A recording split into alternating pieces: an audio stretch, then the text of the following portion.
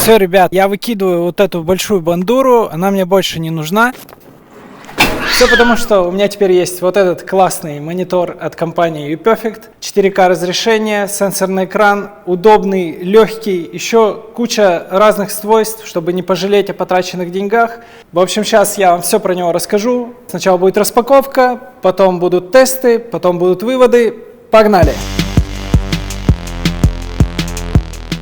Такая вот коробочка, посылочка пришла. Я не такой сильный, потому что я программист. Моя сила здесь. Portable. Да видите, вот то, что никто не открывал ее, значит.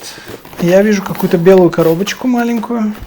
Это все нам не интересно, а вот это нам уже поинтереснее. Я, кстати, сегодня уронил эту коробочку пару раз уже. Сам монитор. Провод раз. Провод 2.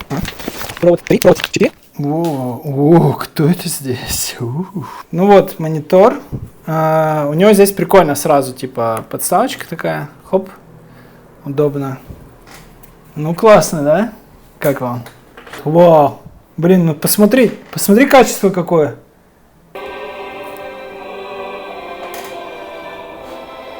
Ой. Короче, мне кажется, Mac должен быть к розетке подключен, только тогда. Ладно, подождите. По-английски просто. Блин, так тяжело это. Может выключить свет? Ну хотя я и так на свете. Так, а что, опять пропало? Короче, мне кажется, его надо зарядить.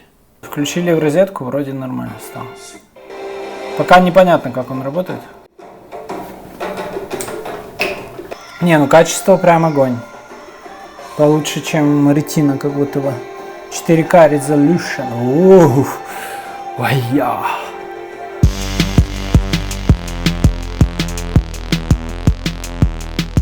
Давайте сначала про сам монитор.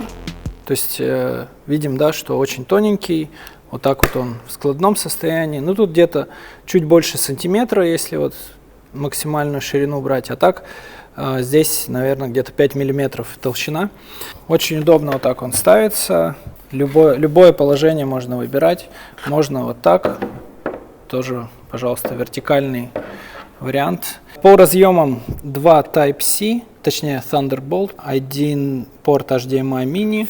С этой стороны наушники, зарядка, это кнопочка для включения настроек. И здесь вот у нас колонки. Давайте подключим его.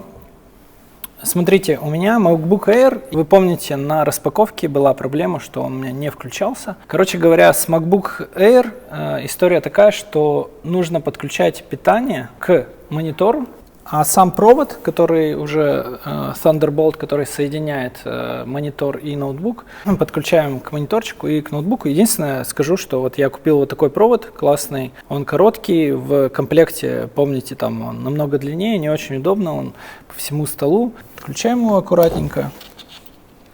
Все, видите, вот если присмотреться к экрану, вот здесь пошла зарядка, но на самом деле он не заряжает, он не дает, так скажем, батарейке садиться, но у меня всегда с собой еще один провод на всякий случай, и все равно она немножко подсаживает вот с MacBook Air, поэтому я пользуюсь, что у меня два провода. Вот сам экран, давайте по настройкам пойдем. То есть вот так вот у нас настройки включаются слева, такая менюшечка аккуратненькая. Здесь разные режимы, сейчас у меня включен HDR, мы сейчас его отключим, и можно пользоваться разными режимами, настраивать яркость, можно повернуть экран, повернулся. Ну, сейчас не будем переставлять, но, в общем, это все можно делать. Можно даже подключить телефон. Здесь разные режимы, игровой режим, это movie режим, игровой режим, текст, FPS, RTS, стандартный. В общем, у меня на самом деле стоит HDR Auto. Вот, ну, для меня самый такой удобный. Можно язык выбрать. В общем, в настройках там можно на сайте посмотреть или самому покопаться. Ну вот я показываю те настройки, которые у меня. Еще вот видите, здесь разрешение указано и что 60 Гц у нас. Перенесем на экран браузер и здесь вот тесты. Так быстренько по ним пройдемся. То есть по цветопередаче, да, видно, что цвета все отличаются. Красный, зеленый, синий, желтый, фиолетовый, голубой, белый. Все цвета нормально отображаются по цветопередаче. Градиенты тоже видно, плавно идут. Да, конечно, есть, у ретины есть преимущество, но оно не такое колоссальное. И вот именно для работы, для переносного ноутбука, это прям, мне кажется, супер вариант. Ну, вот по градиентикам пройдемся. Снижаем яркость. Видно, что он мерцает. На максимальной яркости это незаметно. Так вот более заметный. У меня глаз, я не знаю, как на камере, у меня глаз мерцания не замечает. Резкость тоже, все квадратики видите, да, все линии видно хорошо. То есть резкости тоже хватает. Проверка на контрастность, то есть можно заметить отличие цветов, то есть вот здесь такой темно-красный, здесь посветлее. Тоже видно, что вот такой плавный переход, видно разницу между цветами. У меня вопросов нет. По геометрии, там, по сетке тоже все нормально, видно все размеры, все влазит. Динамический вариант, нет никаких ни тормозов, ничего. Классно все работает. В общем, все тесты мне понравились. Вот здесь вот немножко, вот на этом тесте видно, что девушка так, она как бы ребрится, что ли. Но в целом для работы это незаметно. В общем, классный монитор.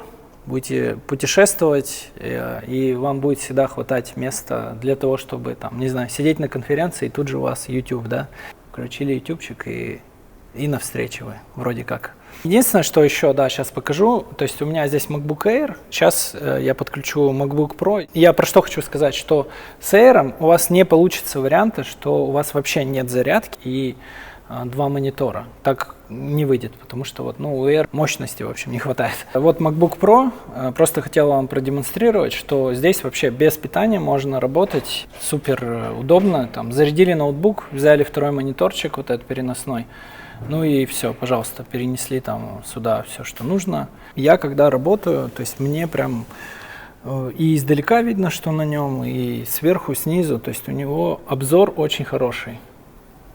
Так, ну вот даже можно перенести, и будет видно, что все буквы хорошо видно, буквы, цифры. Еще один тест небольшой.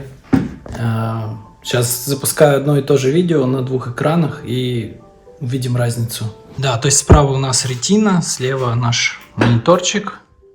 Что могу сказать? Разница есть, но мне кажется, она не такая большая. То есть в целом очень-очень неплохой монитор, ну вот практически даже незаметно. Чуть-чуть, наверное, ретина почетче, передает цвета, но в целом примерно одинаково. Я говорил, что монитор сенсорный, удобно, чаще, допустим, там YouTube, если мне надо включить, я касанием руки это делаю, не используя мышку, вот, пожалуйста, там перемотать, если что-то, довольно удобно. Плюс можно в игрушечки какие-то играть. Я не особо игроман, но какие-то простые игры, так вот, раз-раз, чуть-чуть доиграю. Есть такой нюанс, что для маков сенсор, я насколько понимаю, не такая широкая поддержка, то есть там не все типы касания работают. Вот. Для Windows намного больше поддержки, там разные виды касаний, но тем не менее и на маке тоже можно использовать. Друзья, ролик подходит к концу, подводим итоги. Покупкой я доволен, мне очень нравится, я периодически там путешествую, беру его с собой, очень удобно, закинул в рюкзак, у меня сразу два монитора, супер удобно. Классно, когда у вас есть большой монитор, но большой монитор не потаскаешь все время с собой. Такая штука, мне кажется, must-have для программиста, если вы там цифровой кочевник или там в коворкинге работаете, очень удобно. Рекомендую.